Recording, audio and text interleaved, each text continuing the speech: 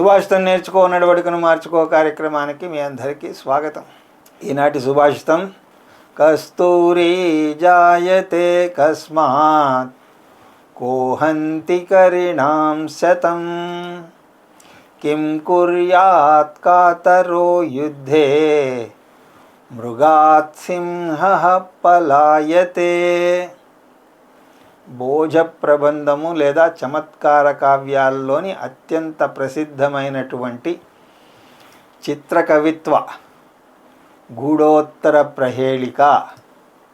అంటే అడిగిన ప్రశ్నల సమాధానాలు ఆ శ్లోకంలోనే దాగి ఉండే పొడుపు కథ ఇది. ఈ శ్లోకంలో మొదటి 3 పాదాలలో 3 ప్రశ్నలు ఉన్నాయి. 4వ పాదంలో ఉన్న పదాలే ఆ ప్రశ్నకు వరుసగా సమాధానాలు అవుతాయి.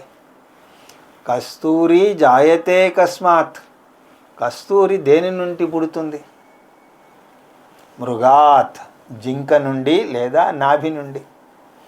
కోహంతి కరిణాం శతం, 100 ఏనుగులను సైతం సంహరించగలిగేది ఏది అంటే సమాధానం సింహః, సింహం. కిం కుర్యాత్ కాతరో యుద్ధే, పిరికివాడు యుద్ధంలో ఏం చేస్తాడు? సమాధానం పలాయతే, పారిపోతాడు. ఈ శ్లోకంలో పైకి కనిపించే లౌకిక విరుద్ధమైనటువంటి అర్థం ఏమిటి అంటే మృగాత్ సింహః పలాయతే అంటే జింకను చూసి సింహం పారిపోతుంది అని. సింహం జింకను చూసి పారిపోవడం ఏమిటి అని వినేవారికి ఆశ్చర్యం కలుగుతుంది.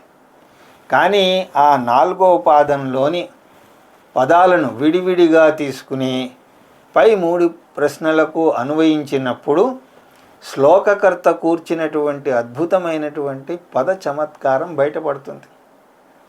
మృగాత్ అన్నది మొదటి ప్రశ్నకు సమాధానం, సింహః 2వ ప్రశ్నకు సమాధానం, పలాయతే 3వ ప్రశ్నకు సమాధానం. సంస్కృత భాషలోని పద సంపదకు, కవుల యొక్క సృజనాత్మకతకు అద్దం పట్టేటువంటి చక్కని అంతరాలాప శ్లోకం ఇది.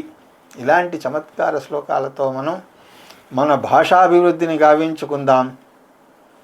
రేపు ఇంకొక సుభాషితంతో మళ్ళీ కలుద్దాం. హరి ఓం తత్సత్.